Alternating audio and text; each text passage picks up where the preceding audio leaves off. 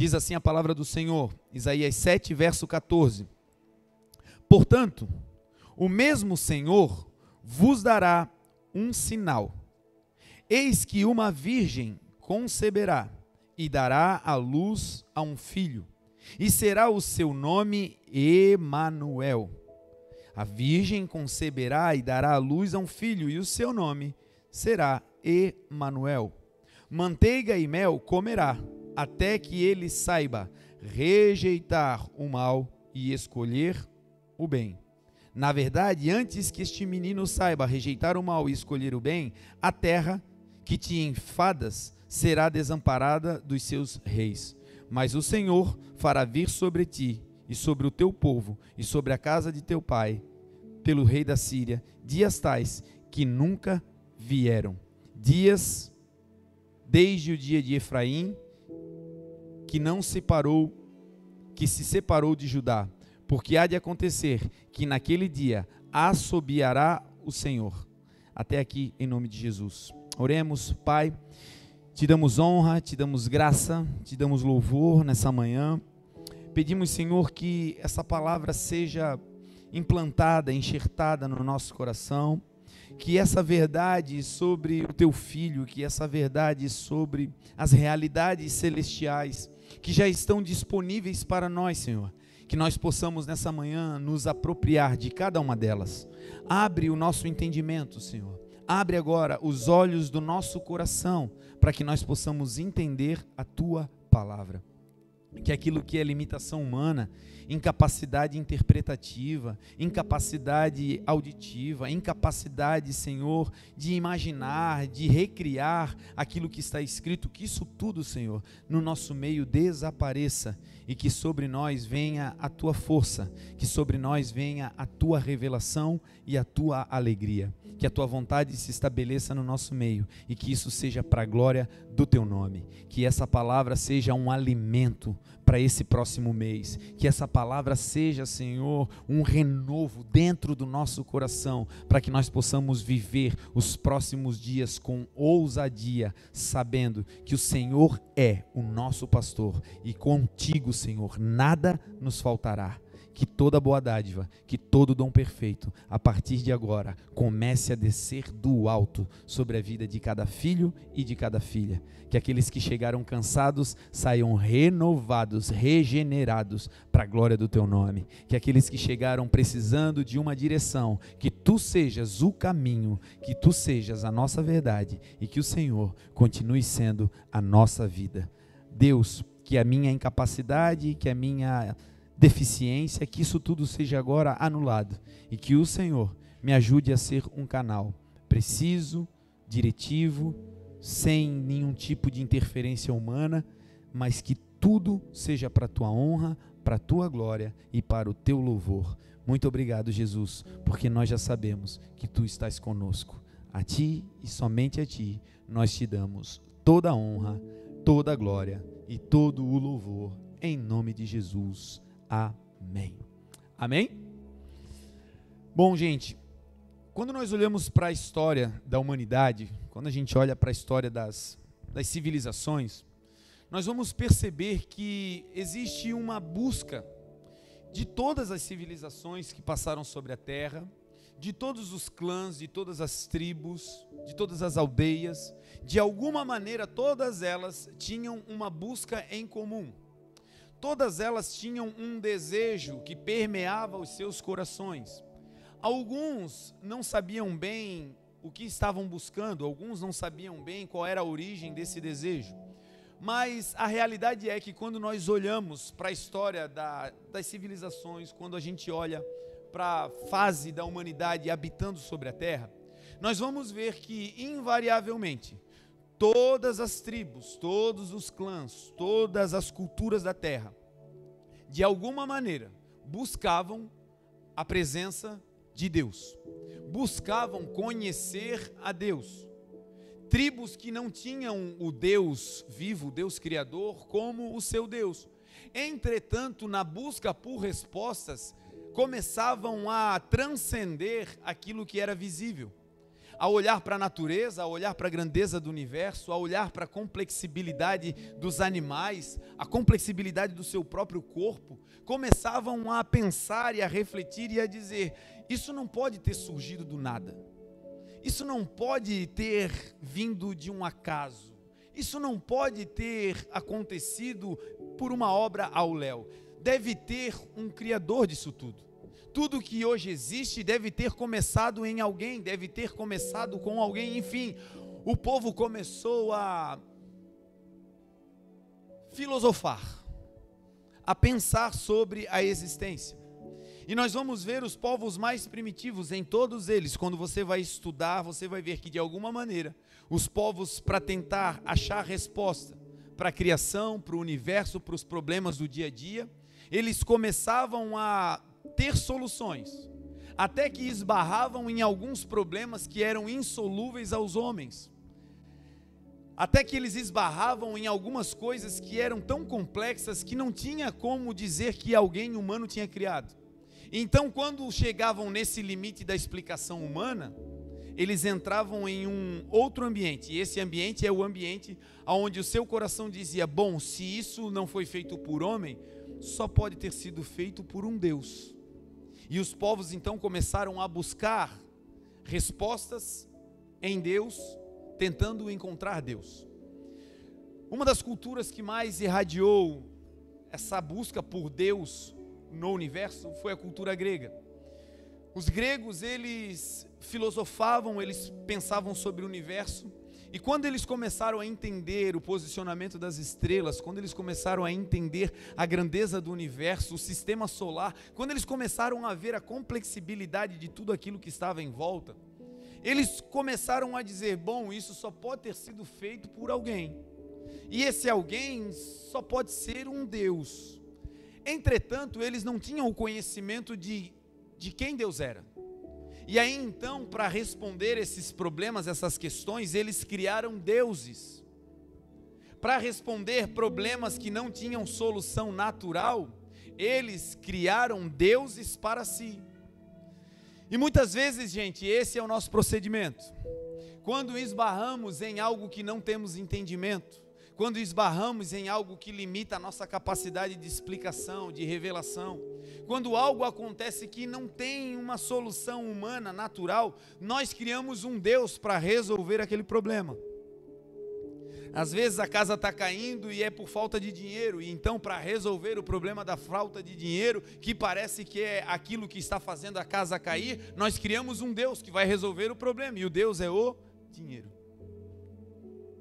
Quando os relacionamentos estão se esvaindo, quando os relacionamentos se liquidificam, quando por qualquer coisa a gente briga, abre mão, deixa para trás, abandona, parece então que a nossa vida foi destruída por causa daquele abandono. Parece então que por causa daquele relacionamento que ruiu, tudo acabou. E aí, para resolver aquele relacionamento, para resolver aquele problema, nós criamos um Deus. E o Deus se torna aquela pessoa. Ah, se eu tiver, então a minha vida será plena. Se eu conseguir, então a minha vida estará de pé. E nos esquecemos que pessoas, que coisas não podem ocupar o lugar de Deus na nossa vida, porque o lugar que Deus vai ocupar não é do lado de fora, é do lado de dentro.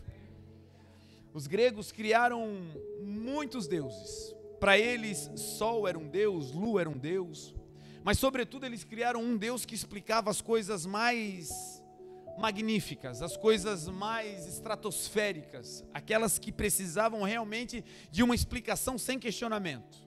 Então eles criaram um Deus com o nome de Zeus. E esse Zeus, ele era o Deus da justiça e o Deus da razão.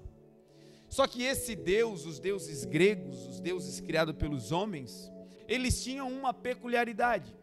Como foram criados por homens, eles tinham aparência humana. Eram deuses antropomórficos, que eram deuses humanos. Só que eles tinham essa característica humana, física, mas também tinham características humanas nos seus sentimentos.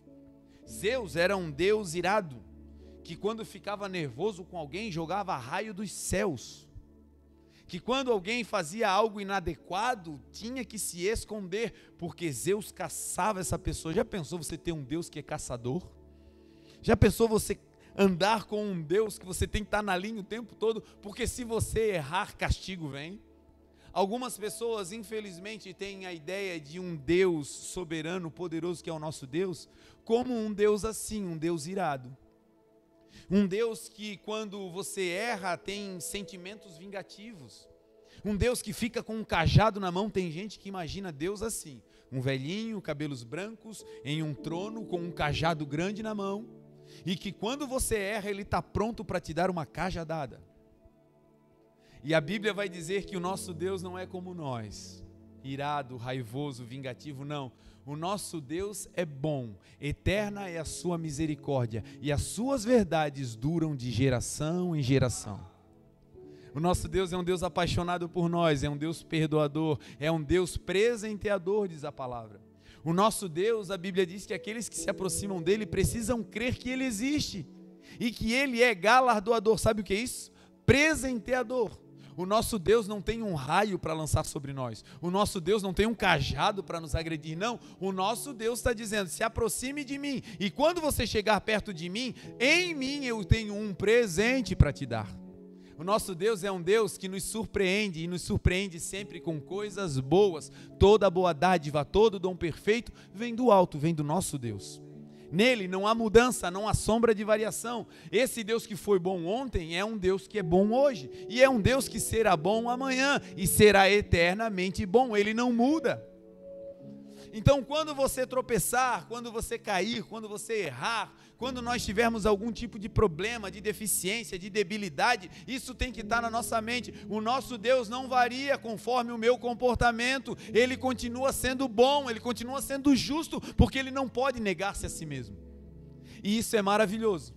Saber que Deus te ama hoje com um amor incondicional e diz, eu tenho planos ao teu respeito. Eu quero fazer da sua vida luz nesse mundo e sal nessa terra. Eu quero te levar a entrar em lugares para influenciar aqueles ambientes. Eu quero fazer com que as pessoas me amem através da tua vida, para que você seja uma referência do meu poder nessa terra. É isso que eu tenho para você.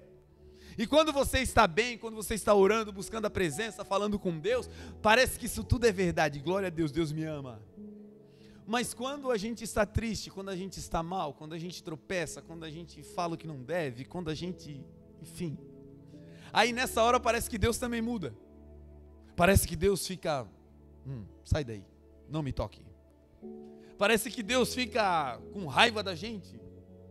E não, uma realidade tem que estar na nossa mente, e isso é difícil demais de entender, mas quando você entende, a tua vida começa a ter uma leveza sobrenatural. Quando você acerta, Deus se alegra com o teu acerto e te ama.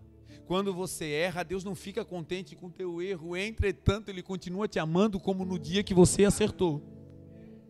E isso é incompreensível, porque o amor humano como é? É baseado na troca. Você me ama e eu te amo. Você me trata bem, eu te trato bem. Você me dá um coice, te cuida. E com Deus não. A gente agride, faz o que não deve. E todas as vezes que a gente se prostra, reconhece o erro, a Bíblia diz que não tem um raio. Quando a gente deixa o pecado, confessa. O texto diz que de Deus, sabe o que vem? Misericórdia. Ele se coloca na nossa miséria, Ele se coloca na nossa dificuldade. E aí quando a gente cai, o justo pode cair 7 vezes, mas em todas elas o Senhor o colocará de pé. Essa é a mensagem que tem que estar no teu coração, não importa os erros. Agora, um parênteses aqui, não sai pensando eu vou sair avacalhando. Não faz isso, que assim você entristece o Pai. Mas todo tropeço do caminho, Deus está ali dizendo, errou, tropeçou, doeu, eu sei que você ficou decepcionado, eu sei que você não queria fazer isso, eu sei que, enfim, tu é humano e eu te criei, eu te conheço. Agora, eu não mudo por causa dos teus erros, eu continuo te amando como no dia que eu te criei. Antes de você vir para a terra, diz a palavra, o Senhor nos formou no ventre e escreveu no seu livro todos os nossos dias, antes que algum deles viesse a existir. Meu irmão, todos os nossos dias estão escritos nos céus e contados, e no final deles os nossos dias serão de glória, vida e vida abundante. Esse é o nosso Deus. O problema dos deuses criados pelos homens, esses mitos, é que uma das marcas dos mitos é que eles não podem ser questionados. Mito é mito, você não pode ficar fazendo pergunta questionando o mito. de onde ele veio, de onde ele vem, quem é o pai, quem é a mãe, aonde ele morou. Mito é mito. É mito. Você não pode questionar. E isso nos dá uma grande frustração. Como adorar a um Deus que não pode ser questionado? Como adorar a um Deus que não tem história, não tem genealogia, um Deus que não deixou marcas em lugar nenhum, um Deus que nasceu na mente de alguém? Como depositar esperança num Deus assim? Um outro grande problema dos deuses criados pelos homens, e sobretudo esses deuses que se difundiram pela terra através da cultura grega, é que esses deuses, eles brigavam entre si. Então o Deus que era o Deus da justiça, o Deus da razão, o Zeus, ele brigava com Apolo, o Deus da força. E aí era uma confusão. Imagina um céu onde os deuses brigam, Jesus. Tu já pensou Deus brigando com Deus assim? Uma confusão. Aqui já se destrói toda a esperança que se pode depositar em um Deus humano. Romanos 5, Paulo vai dizer: por isso nós nos gloriamos nas tribulações, porque a tribulação produz a paciência gera a experiência gera a esperança, e a esperança não traz confusão, porque o amor de Deus está derramado dentro dos nossos corações pelo Espírito Santo que nos foi dado. Sabe qual é a marca da presença do nosso Deus, o Deus único e verdadeiro em um lugar? Paz. Aonde Deus está não tem confusão. Diferente dos deuses humanos que brigam um com o outro para ver quem é mais poderoso, no nosso céu, no céu dos céus que não podem conter a glória de Deus, lá existe ordem. Até quem anda com os olhos fechados naquele lugar não se bate, de tão organizado que é o fluxo no céu do nosso Deus.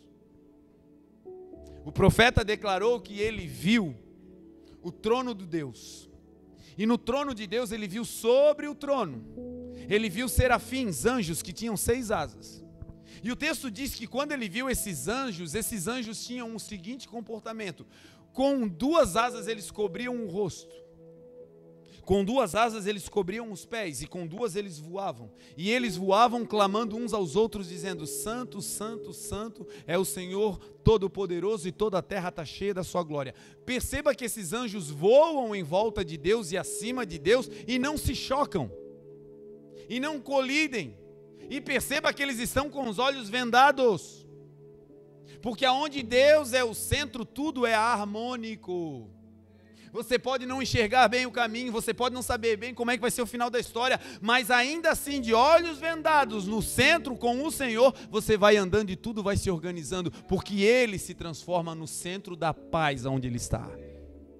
A tua casa nesse mês de dezembro vai ser um fluxo e um fluir poderoso da paz de Deus. A marca do Senhor no teu lugar de trabalho será a paz de Deus, porque você serve um Deus verdadeiro, onde não existe guerra e nem confusão. O nosso Deus é um Deus de paz. Os gregos tinham essa cultura e difundiram isso, mas a busca deles era por resposta, e por isso criaram deuses. Quando nós viemos para a nossa cultura, a cultura brasileira, quando os espanhóis, quando os portugueses chegaram aqui no Brasil, o Brasil já era habitado. As Américas já tinham muitas tribos, muitos clãs indígenas habitando essa terra. E esses índios também, apesar de não terem uma cultura filosófica tão desenvolvida, esses índios, essas tribos, eles também tinham um grande panteão, que se chama um conjunto de deuses. Eles, no meio da mata, também tinham deuses para responder os seus questionamentos. Os deuses indígenas eram deuses relacionados com a natureza, com a mata, com as plantas, com as árvores. E os deuses indígenas também tinham nome. O mais conhecido entre as tribos indígenas da nossa região é o deus Tupã, que é o deus da natureza.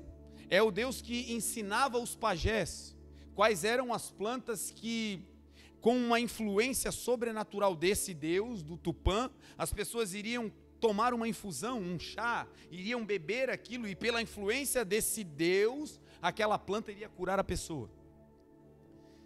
E nós sabemos que não é efeito de um Deus que faz a pessoa ser curada. Hoje a ciência já explica que as plantas possuem um componente fitoterápico que ali causa bem ao corpo, que causa bem às pessoas, que fazem doenças retroceder. Os medicamentos vêm daí. Só que eles criam que não era o componente da planta. Eles criam que era o Deus que descia no pajé e fazia então a cura. Era como você ir na farmácia pedir um remédio e o farmacêutico ter que fazer uma mandinga para você tomar o remédio e o remédio funcionar. Hoje nós sabemos que não é assim, que as plantas têm um conteúdo terapêutico porque o nosso Deus ali colocou. Salmo 24, do Senhor é a terra, a sua plenitude, o mundo e aqueles que nele habitam. Tudo que existe hoje, que está sendo descoberto, só existe porque o nosso Deus ali colocou. Esses deuses, gente, eles falham porque são humanos. Esses deuses não são aptos de receber a nossa esperança, a nossa evidência. Só que tem um grande problema no Deus que a gente serve aos olhos humanos. O grande problema é que o Deus que a gente serve é invisível. Às vezes nós ficamos admirados como uma estátua consegue carregar milhares de pessoas em uma procissão. Às vezes eu fico admirado, esses dias eu estava me lembrando da passagem da tocha olímpica no Brasil, quem lembra disso? Lembra que teve Olimpíada no Brasil, Jesus? Lembra? E aí tem a tocha, lembra da tocha olímpica? Veio lá da Grécia, e aí tem o espírito Olympus, que é o espírito da Olimpíada. E aí as pessoas se aglomeravam na rua e a tocha passava, a gente chorava vendo a tocha. Que loucura! E aí o nosso Deus que criou o universo, que faz coisas poderosas, a gente diz, meu irmão, Deus pode mudar a tua vida. E aí a pessoa tem dificuldade de crer porque o nosso Deus é invisível. E por essa invisibilidade de Deus, muitas pessoas estão perdendo de usufruir da grandeza do poderio desse Deus. Porque apesar de ser invisível, Ele é real. Apesar de ser invisível, Ele é eterno. Apesar de ser invisível, Ele é poderoso, mais do que qualquer Deus. Mas essa invisibilidade de Deus é um grande problema. E gera questionamentos, e é nisso que os ateus se baseiam. Como é que vocês creem em algo que vocês não veem? Se você me mostrar o teu Deus, então eu creio. E aí a Bíblia nos coloca também em xeque. Pessoas que andaram com Deus, tiveram um relacionamento com o Senhor, ouviram a sua voz, mas não existe nenhum ser humano que possa dizer, eu vi Deus. Certa vez Moisés, que a Bíblia diz que via o Senhor face a face, e esse ver face a face é uma metáfora. Moisés um dia pediu, Senhor, eu quero ver a tua glória. Eu quero ver a tua face, Senhor. E aí Deus diz a Moisés, Moisés, tu não podes ver a minha glória. Porque nenhum homem é capaz de ver a minha face e permanecer vivo. O nosso Deus, Ele é tão grande, tão grande, tão grande, que é invisível. E está em todos os lugares, é onipotente, onisciente. É um Deus que governa céus e terra, entretanto, esse governo é um governo que se estabelece de uma forma que os nossos olhos naturais não conseguem contemplar. A Bíblia mesmo garante, ninguém jamais viu a Deus. João, ao escrever sobre Jesus, ele diz, ninguém jamais viu Deus. Mas, agora vem aquilo que nos dá toda esperança. Ninguém jamais viu a Deus, mas o Filho unigênito do Pai, esse o revelou. Nós vivemos crendo em um Deus que não conseguimos ver o Deus, mas temos uma marca cabal da existência de Deus que se manifestou através de um Deus que também é Filho. O texto que nós lemos vai dar a explicação de por que a nossa fé não é uma fé rasa. De por que a nossa fé não é uma fé efêmera, fugaz, que se apaga no meio das dificuldades. O texto que nós lemos diz, Deus vos dará um sinal. A virgem dará à luz a um filho. Algo excepcional, algo incrível, não tem como. A virgem dará à luz a um filho. E o seu nome será Emanuel. Sabe o que significa Emanuel? Deus conosco. Esse Deus invisível, esse Deus soberano, metafísico, longínquo, Ele é um Deus confiável porque Ele decidiu se tornar visível e vir habitar conosco através do Filho. Ao enviar Jesus, Jesus vem para a terra, e ao Jesus chegar na terra, Deus se transforma em alguém visível. Quando perguntam aonde nasceu Zeus, não tem explicação. Quando perguntarem aonde nasceu o teu Deus, você vai dizer, nasceu em Belém da Judéia. Está lá, está escrito, está na profecia. As pessoas não têm como contestar. Jesus existiu e nasceu. Quando perguntarem sobre o teu Deus, aonde você deposita a tua esperança, da onde ele veio, você vai dizer, ele nasceu de uma virgem, seu pai e sua mãe eram José e Maria, os seus irmãos viviam em Nazaré. Aquele lugar reconhece que Jesus passou por ali. O nosso Deus é um Deus que tem genealogia. Quando você vai pesquisar sobre a origem dos deuses, você vai pesquisar e não vai chegar em lugar nenhum, porque vai esbarrar em alguém que um dia disse, isso aqui é um Deus. E esse que disse isso aqui é um Deus, um dia sumiu. E a história sumiu com ele, se acabou. Agora o nosso Jesus não. O nosso Jesus é um Deus que a sua genealogia está contada. Desde o primeiro homem até que Jesus nascesse, toda a sua árvore genealógica está ali. Você vai ver que Jesus é real. O nosso Deus não é um Deus filosófico. O nosso Deus é um Deus que deixa marcas. Certa vez Jesus, o Emanuel, o Deus conosco, quando estava na terra, ele estava no meio do povo e ele estava ali escrevendo na terra. E aí trouxeram uma mulher que foi pega no ato de adultério. E a lei era basicamente assim, um Zeus com um raio. Pecou, morreu. E o povo estava esperando para apedrejar aquela mulher, porque a lei fazia isso. A lei era um Deus mau. A lei é perfeita, mas era impossível de ser plenamente cumprida pelos homens, porque os homens são falhos. A lei é boa, mas os homens são falhos, e os homens não conseguem cumprir a lei. E aquela mulher então iria ser apedrejada. E aí trazem ela para Jesus, para condenar aquela mulher. E está todo mundo com pedras nas mãos. As pedras ali eram deuses, que iriam agora solucionar o problema. As pedras ali iriam agredir aquela mulher, e aquele Deus da raiva iria dar um destino novo para aquela mulher, e também iria aplacar o ego da multidão. E aí então, no meio daquele caos, no meio daquele furacão, eles perguntam para Jesus o que fazer, e Jesus não fala nada. E Jesus continua escrevendo na terra. E de repente eles questionam de novo, e Jesus se levanta e diz, aquele que não tiver pecado, atire a primeira pedra. O texto diz que os mais velhos começaram a ser acusados na sua consciência e começaram a largar as pedras, e depois os mais jovens começaram a fazer também. Sempre que Jesus começa a trabalhar em um ambiente, ele começa a apelar pela consciência daqueles que são mais maduros. São os mais maduros que começam a largar os deuses primeiro. E aí naquele furdúncio, sabe o que Jesus faz? Desce de novo, continua escrevendo na terra. Vai todo mundo embora, fica ele e a mulher diz... Ele pergunta à mulher, filha, cadê os teus acusadores? Quem te condenou? E ela diz, ninguém, Senhor. E aí ele diz para ela, eu também não te condeno, vá e não peques mais. Essa mulher, há 10 minutos, 15, meia hora antes, ela estava no ato de morte, de adultério, fazendo algo que era completamente errado. Agora perceba a grandeza desse nosso Deus.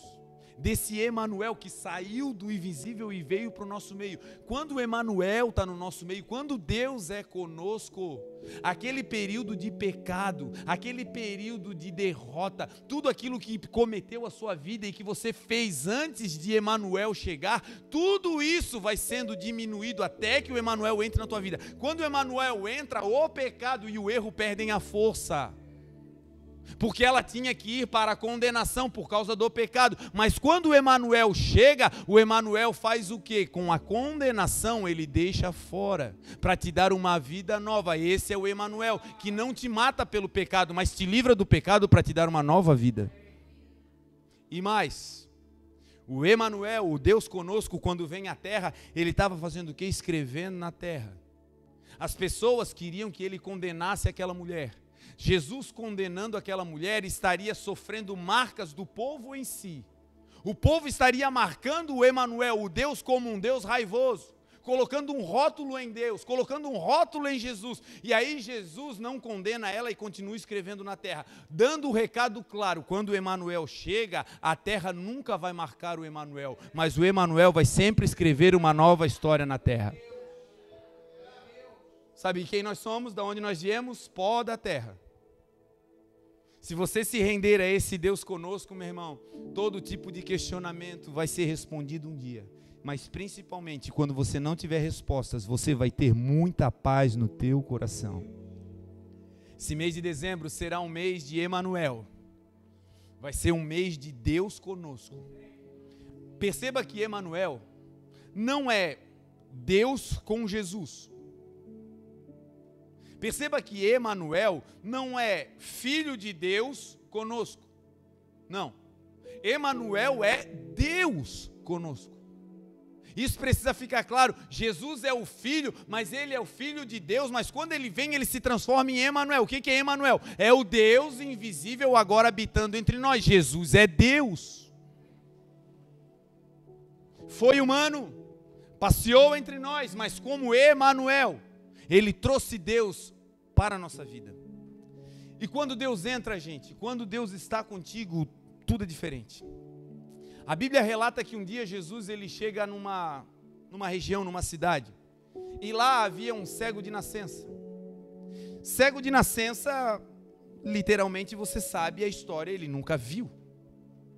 Era alguém que tinha uma limitação visual, era alguém que tinha uma capacidade de identificar os lugares, era alguém que tinha uma impossibilidade de sonhar com distâncias longínquas. A sua vida era um passo a passo, a sua vida era apoiada em homens, a sua vida era apoiada em coisas naturais. Algumas pessoas têm a sua visão física, fisiológica preservada. Entretanto, têm espiritualmente uma cegueira, que não conseguem levantar os seus olhos e ter uma visão de longo alcance. E porque não consegue ver a longo alcance, o Senhor não consegue fazer a obra que Ele tem na sua vida. O princípio de Deus para realizar na sua vida é, Ele vai te mostrar. E quando Ele mostrar, Ele vai realizar o que te mostrou. Enquanto você não vê, Ele não realiza, porque se Ele não te mostra, quando você tiver, a conquista vai ser tua. Eu fiz. E aí Deus faz questão de dizer: eu vou salvar o teu filho, eu vou salvar a tua casa, eu vou te dar uma empresa, eu vou te levar para as nações, eu vou te fazer um profeta, eu vou te fazer eu vou te fazer. E aí quando acontece, você se lembra: cara, eu não era nada, foi Ele quem fez. Qual o problema de uma cegueira? É que sem visão, todo o projeto de Deus fica travado. Deus um dia pegou Abraão, o pai da fé, não faltava fé, ele tinha fé, mas para a realização do que Deus queria fazer na vida dele, ele precisava ver. E aí Deus diz: Abraão, levanta os teus olhos, desde o lugar aonde você está, levanta os olhos. Deus estava dizendo: Abraão, eu vou fazer algo na sua vida, mas para isso começar, eu preciso mudar a tua visão. Você está olhando para o lugar que você está, e eu quero te levar a outros lugares, mas eu não posso te levar se você não enxergar primeiro. E aí Deus diz: Abraão, olha para o sul, olha para o norte, olha para o oriente, olha para o ocidente, toda essa terra que você vê, eu te darei como herança a ti e aos teus. Sabe o que Deus estava dizendo a Abraão? Até onde a tua visão alcançar, é o lugar que eu vou te levar com sucesso para a minha glória.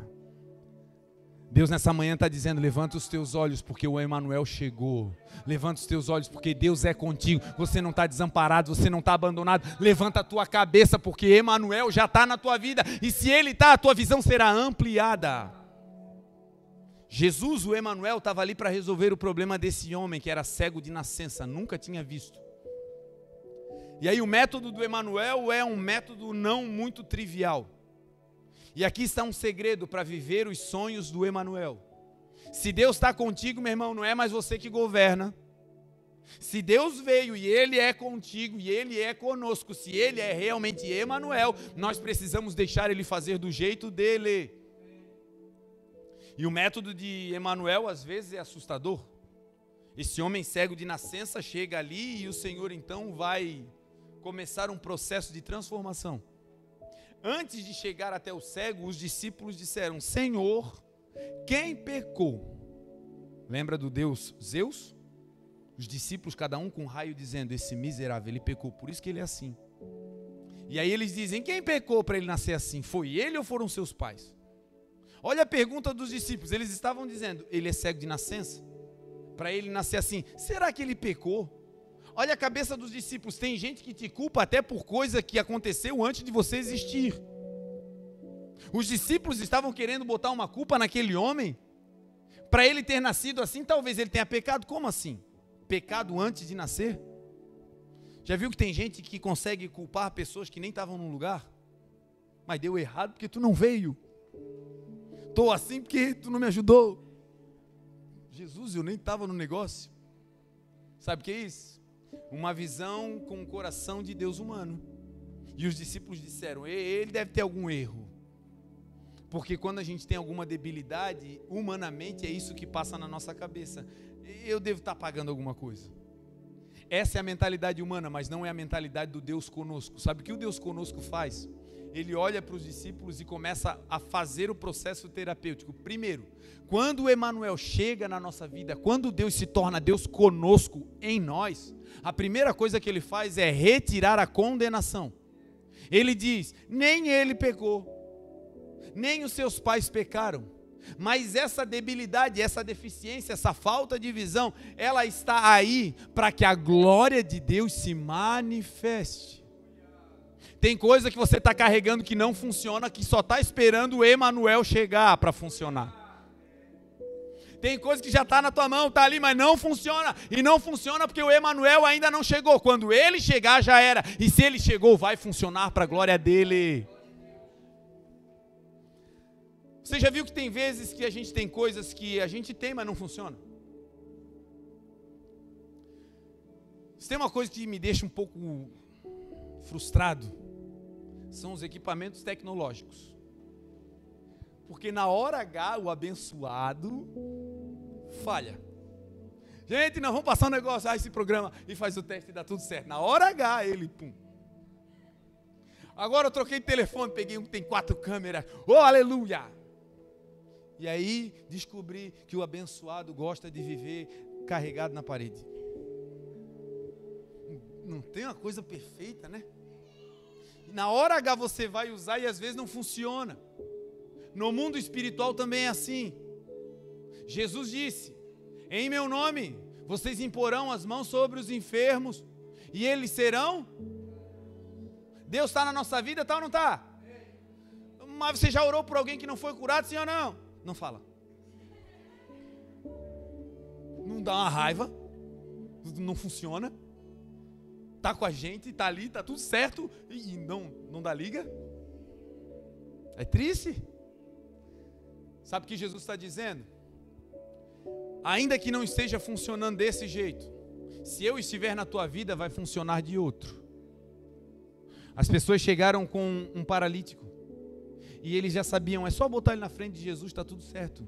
Só que quando eles chegam com um paralítico carregado numa maca, eles olham e em volta da casa tem uma multidão. Eles não esperavam encontrar a multidão. Na mente deles era: vamos botar ele na frente de Jesus e já era, ele vai ser colocado de pé. Porque é o Emanuel, é Deus conosco. Quando você está na presença do Deus conosco, ele te põe de pé. Não tem erro. Só que aí tinha uma multidão. E aí eles disseram: cara, com a multidão não vai dar, vamos embora. Foi isso? Não. O que eles fizeram?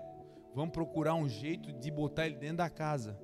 Não dá para entrar pela janela, não dá para entrar pela porta, mas assim, tem um telhado. Vamos fazer um buraco no telhado e vamos botar ele lá. Porque o importante não é o método, mas é chegar na presença do Emanuel. Então tem coisa, gente, que você vai orar assim, e não deu certo. E aí tem aquele dia que você está derrubado e você ora e diz: meu Deus, Senhor, nem eu estou quase crendo nesse negócio. E aí de repente o negócio, pum, acontece. Sabe por que isso acontece? Para que o Emanuel continue sendo Deus na tua vida, para que nós não controlemos o nosso Deus, mas Deus faça quando Ele quer, como Ele quer e na hora que Ele quiser. Tivemos uma viagem há um tempo atrás para a África, e quando nós chegamos lá, nós encontramos várias situações que eram muito estranhas para a gente. E uma delas é que eles têm na África tem muitos deuses, e uma das seitas eles têm que oferecer sacrifício a esses deuses, porque senão eles vão ficando doentes, e literalmente eles adoecem, alguns morrem. E aí eles chamam isso de tradição, e essa tradição se quebra quando essa pessoa aceita a Jesus. Olha que coisa poderosa.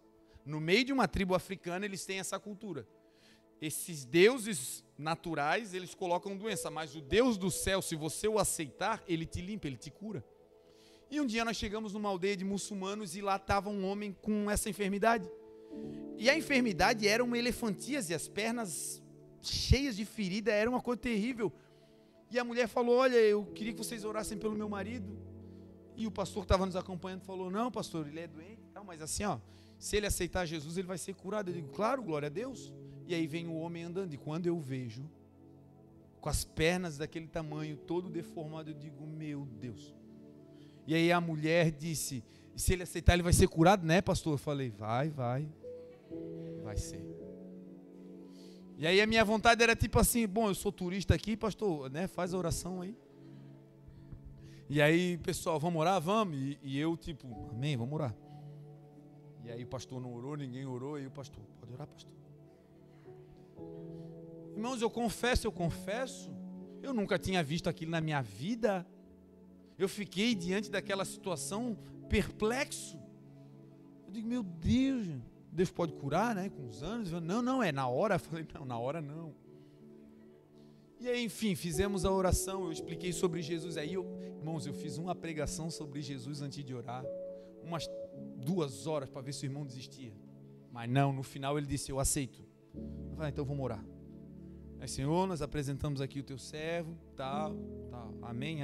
Abri o olho, nada.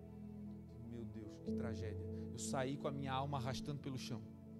No outro dia tinha culto. E eu, decepcionado, tinha que pregar, pensando naquele irmão que todo mundo na aldeia sabe que o cara era doente. E o remédio é o quê? Deus conosco. Se o Emanuel chegar, já era. E começa o culto, e lá na África eles dançam 6 horas antes da palavra. Daí dança. Daqui a pouco o pastor da igreja chega e me diz, ô pastor, tá vendo o irmão? Eu falei, sim, abençoado irmão, né? Tá feliz, né? Eu falei, o senhor não lembra dele não? Eu falei, conheço? Ele falou, é o homem que a gente orou ontem. Ele estava completamente curado. Não tinha nem hematomas na perna. Sabe o que é isso? Um Deus que cria céus e terra, mas que abandonou a sua glória e desceu para ser Deus comigo e com você. Não tem mal que possa ficar de pé diante do Emanuel na tua vida. Ele não é um Deus distante, ele é Deus conosco. Lá no teu emprego, esse mês você vai entrar e Deus vai entrar contigo, você vai lembrar, o meu Jesus é Emanuel. Ele não está crucificado, ele não está numa cova, ele é Deus comigo. Diante das doenças, você vai olhar e vai se lembrar, ele é Emanuel, foi ele que fez o meu corpo, ele está comigo, e se ele quiser, ele cura para a glória dele. É nesse espírito de fé que nós vamos atravessar esse mês de dezembro, e vamos entrar com tudo em 2021. Emanuel, gente, é Deus que não está longe, é Deus conosco. O texto vai dizer que Jesus, quando está na frente daquele homem cego, ele cospe no chão, faz lodo, pega o lodo e coloca nos olhos daquele cego. Aquele cego, ele só era cego, ele não era surdo. Jesus, ao cuspir no chão, fez barulho. E aquele cego estava ouvindo aquele barulho. Depois, Jesus mexeu o barro. E logo depois de escutar uma cuspida e, sei lá, uma mexida de terra, ele sente algo úmido nos seus olhos. Quantos de nós, há um tipo de método assim, não nos sentiríamos humilhados? Quantos de nós, diante de um método assim, não rejeitaríamos o método? Agora, se é Deus Emanuel, ele está no controle, faz do teu jeito, Senhor. E depois que ele coloca o lodo, ele dá uma ordem, ele dá uma instrução e diz, vai até o tanque de Siloé e lava-te. Aquilo que saiu da boca de Jesus, que era saliva, já estava no barro, que era a matéria-prima do corpo que estava com uma deficiência. A palavra é o que corrige a matéria. Já estava tudo ali pronto para aquele cego ser restituído. Entretanto, com lodo nos olhos, ele ainda não estava vendo. Já tinha a palavra nos seus olhos, já tinha a matéria-prima nova nos seus olhos, já tinha Emanuel com ele, mas o milagre só vai acontecer depois que ele cumpre a instrução. Deus vai te dar instruções, e o milagre não está no barro, o milagre não está no cuspe, o milagre não está no tanque, o milagre está em cumprir a instrução. Vamos entrar nesse lugar? Do Senhor dar uma instrução, e porque é Deus, é esquisito, mas é Deus, eu vou pular de cabeça e Deus vai me revisitar para a glória dele. É estranho demais, eu não faria assim, mas é Deus, eu vou fazer, e no final vai dar certo para a glória dele. Tem coisa que Deus manda fazer que você diz, eu devo estar louco. Tem coisa que Deus manda você dar que você diz, não, Senhor, eu gosto disso aqui. Mas quando você obedece a instrução, o céu se rasga e o Emanuel se revela. E quando ele se revela, meu irmão, te prepara. Aquilo que os teus olhos não viram, os teus ouvidos não ouviram e nem entrou no coração humano, é o que o Emanuel tem preparado para nós nesse mês, vai ser extraordinário. Quando o Emanuel chega, a visão é restaurada. Essa visão é especial, porque era de alguém que nunca tinha visto. O Emanuel está chegando e essa revelação é para esse mês. Você vai começar a ver coisas que você nunca viu e serão coisas abençoadas e grandes da parte do Senhor. Te prepara. Te prepara. Deus vai mostrar coisas que você vai dizer, eu? Para mim? A Bíblia diz que o Emanuel entrou certa vez na sinagoga. E naquela sinagoga tinha uma mulher que dos 18 anos, uma vida, vivia encurvada, aprisionada por um espírito maligno. Essa mulher, ela não conseguia se endireitar, ela vivia uma vida curvada. Sabe o que é uma vida curvada? Uma vida onde você está o tempo inteiro olhando para a terra. Uma vida em que o tempo inteiro é notícia da terra, é fofoca da terra, é maldição da terra, é confusão da terra. 18 anos querendo se levantar, mas não conseguindo, porque o peso daquela opressão a colocava para baixo, olhando para a terra. 18 anos tentando se levantar, mas não tinha como. Até que o Deus Criador dos céus e da terra desce e se transforma no Emanuel, Deus com ela. E quando ele entra, quando o Emanuel chega, ele dá uma palavra para ela. Ele diz, filha, seja livre desse mal. O texto original diz assim, filha, estás livre. É o que o Emanuel está dizendo, isso que te jogava para baixo, isso que te fazia ficar curvado, isso que te fazia olhar para a terra. Hoje o Emanuel está chegando e dizendo, chega, se levante, porque esse peso já foi embora para a glória dele. Quando Jesus diz seja livre, ou estás livre no original, é interessante que ele diz estás livre, e ela não se coloca de pé. Estás livre, porque ela era atormentada por espíritos, mas ela não se endireita.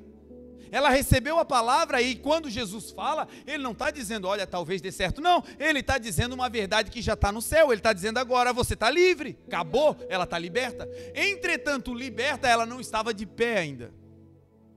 Por quê? Porque apesar de ser livre, o tempo nos faz se acostumar com a posição que nós ocupávamos antigamente. Já está livre, a tua casa já está liberta, aquele lugar tem que ser lugar de glória, mas ainda tem coisinhas na mesa que surgem para entristecer, e Deus está dizendo, você não tem mais essa forma, eu já te coloquei de pé, a tua casa é manancial de vida e de paz. Deu errado tantas vezes que eu já vou até pensando, não vai dar certo de novo. E Deus está dizendo, não, agora é Emanuel contigo, meu filho, eu vou abrir a porta, agora a casa não vai cair. Deu errado até ontem, mas agora é Deus contigo, e quando Ele abre, ninguém fecha, agora te endireita. E aí, para se endireitar, tem o segundo processo do Emanuel. Ele fala, e quando ele fala, ele libera o mundo espiritual. Mas um Deus longínquo não tem poder para tocar, só tem poder para tocar se o Deus for perto, Deus conosco. Quando Ele toca, ela se endireita. Tem áreas que não vão se endireitar apenas com oração. Tem áreas que você vai ter que ir lá tocar. E quando você tocar, o negócio vai dar certo. Porque o Deus que te endireitou, te dá unção para endireitar outros. Áreas tortas, áreas caídas. Ei, dezembro vai ser um mês de um levantar poderoso. Família que estava todo mundo assim, o que foi? Um homenzinho torto, nasceu na casa torta, ele vivia torto. Mas aí um dia ele se encontrou com Jesus. E aí tudo que era torto, ele endireita as nossas veredas, ele endireita a nossa vida. Ele é Emanuel! Deus conosco! Como não ser doido por esse Deus? Como não ser apaixonado? Como não ser feliz com Deus desse? Não é longínquo, não é crucificado, não é morto, não é vivo. E agora eu quero te dar a última notícia para a gente orar. O original de Emanuel, sabe o que significa? O original do original, a raiz etimológica lá, a primeira essência de Emanuel, sabe o que é? Se Deus conosco já é bom demais, agora te prepara. O original do original de Emanuel é Deus para dentro de nós. Deus dentro de você. Um Deus que não sai, é um Deus que está dentro, Ele entrou. O Espírito Santo está dentro de você. Você vai saltar muralhas, você vai voar alto. Isso é porque Emanuel está dentro. Se levante nessa manhã. Se levante com fé, se levante crendo, o Emanuel chegou. Deus para dentro de nós. Deus para dentro de nós. Esse